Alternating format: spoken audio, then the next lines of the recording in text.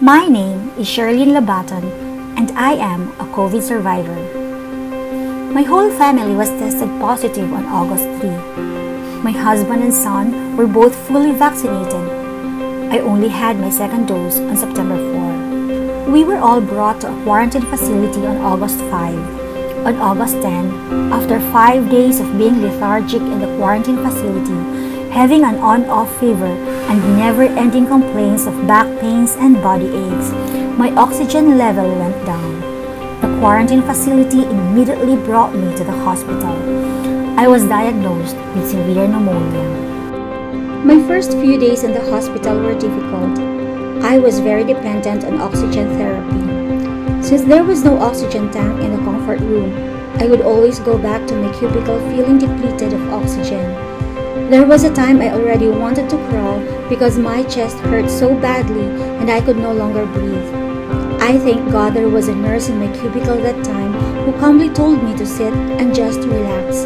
I also thank God that my bed was one of the 2 cubicles nearest to the CR. Sabi ko, ano kaya kung ako yung nasa dulo ng tent? Every 1 o'clock or 2 o'clock in the morning, a nurse would wake me up for an injection. The medicines being injected were painful. Tumitigas talaga yung braso ko. Then they would inject 2 medicines into my IV and then inject several more during the day. I lost count of how many types of medicines were injected into my body daily. As I was looking at the medicines on my IV stand, I couldn't help but be in awe at how faithful, merciful, and kind God is. It was also August of last year when my son needed surgery because of an accident. We needed more than 100,000 pesos for the operation. I literally cried to the Lord. My colleagues at school helped. Friends helped. CCAC helped. My school helped. Even people we don't personally know and had never met helped. A Filipina from Canada even sent me a message. I had never met this woman. I had never known her. She was not a Facebook friend. She was a friend of an acquaintance, and she decided to help. My son's operation went smoothly, and we left the hospital fully paid. God again showed He is indeed my Jehovah Jireh when I contracted the dreaded coronavirus. I was still in the admission area when the doctor told me I needed 2 bottles of remdesivir that day, and 1 bottle for each day for the next 7 to 10 days. My heart sank when I heard the price.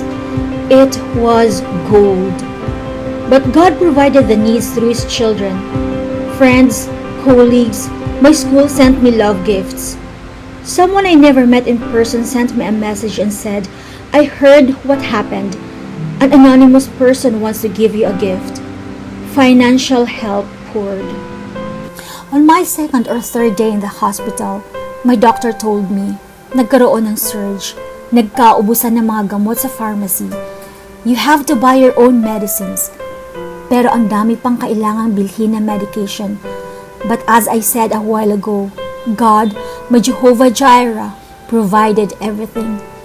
It was also a big comfort when I received a lot of messages telling me that they were praying for me.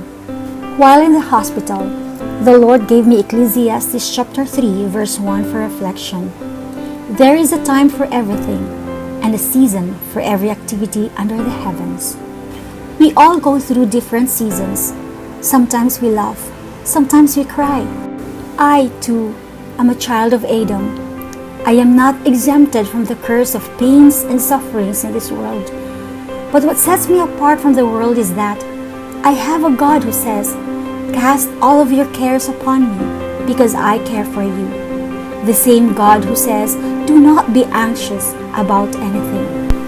I was discharged from the hospital on August 21. Recovery was difficult. I was very weak. I got exhausted easily. I was told I had to do deep breathing to expand my lungs again. But deep breathing was hard. I could only hold my breath for 2 seconds and couldn't do more than that. I would cough and cough and cough, and every cough was painful. That happened for several days. Today, I can do 5 sets of deep breathing.